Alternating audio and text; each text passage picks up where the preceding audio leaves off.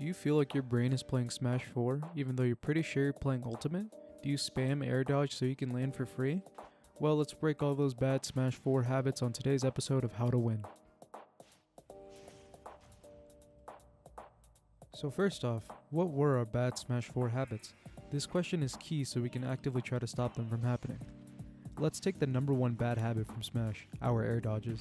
Simply put, air dodging in Smash 4 was Costco sample levels of free, and now in Ultimate you only have one air dodge until you hit the ground again, and that air dodge is really crucial.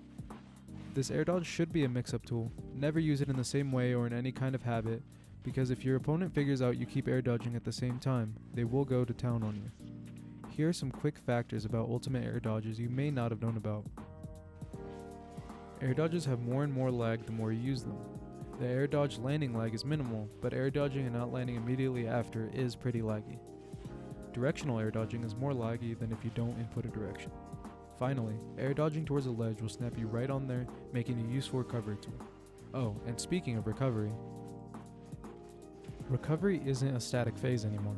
In Smash 4, once you figured out someone's recovery, you could do it over and over and get punished for it 1 in 100 times.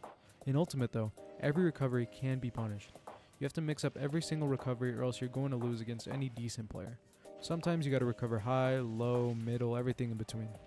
You must get as creative as possible with how you get your feet back on the ground and reset the neutral. Take Meta Knight for example. He's great at mixing up his recovery due to all of his movement options. He can air dodge, up B, side B, down B, or just land. And while your character might not have as many options as Meta Knight, you can still find a lot of ways to get back on the ground and keep your opponent guessing. The same thing goes for edge guarding. Week 1, I'm seeing some really lazy edge guards, including me, where people aren't feeling it's important. In Ultimate though, it's one of the main ways to win. Kill confirms are few and far in between, and forcing your opponent off the stage and edge guarding is just a much more consistent option. Even if your character doesn't have a great off-stage game, you can still find a way to keep them off the center of the stage and keep them from resetting the neutral.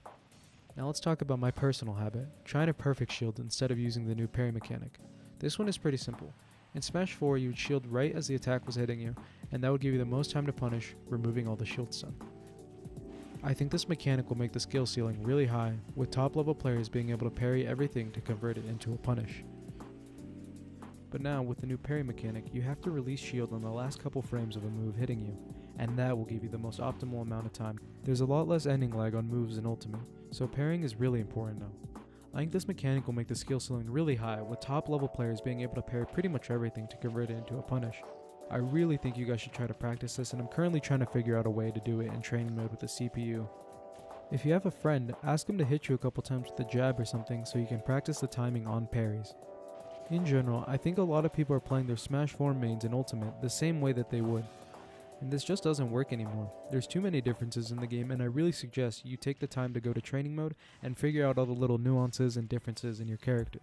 Figuring out the other characters' nuances can be really important too. I know personally I'm having a lot of trouble punishing in this game because I think that something is a lot laggier than it is, mostly because of Smash 4. I think that coupled with the parrying mechanic can fix that issue. Alright, so today we learned about some pretty key Smash 4 habits that could be hindering our Ultimate play. We learned about parrying, air dodges, and just in general playing your character incorrectly. Hopefully you'll take something away from this video and improve as a player. If you feel like you learned anything, please like the video. If you want to continue to get better at Ultimate, subscribe to this channel. I'll be releasing character guides on Friday and more of these type of discussion videos on Monday. Thank you for watching.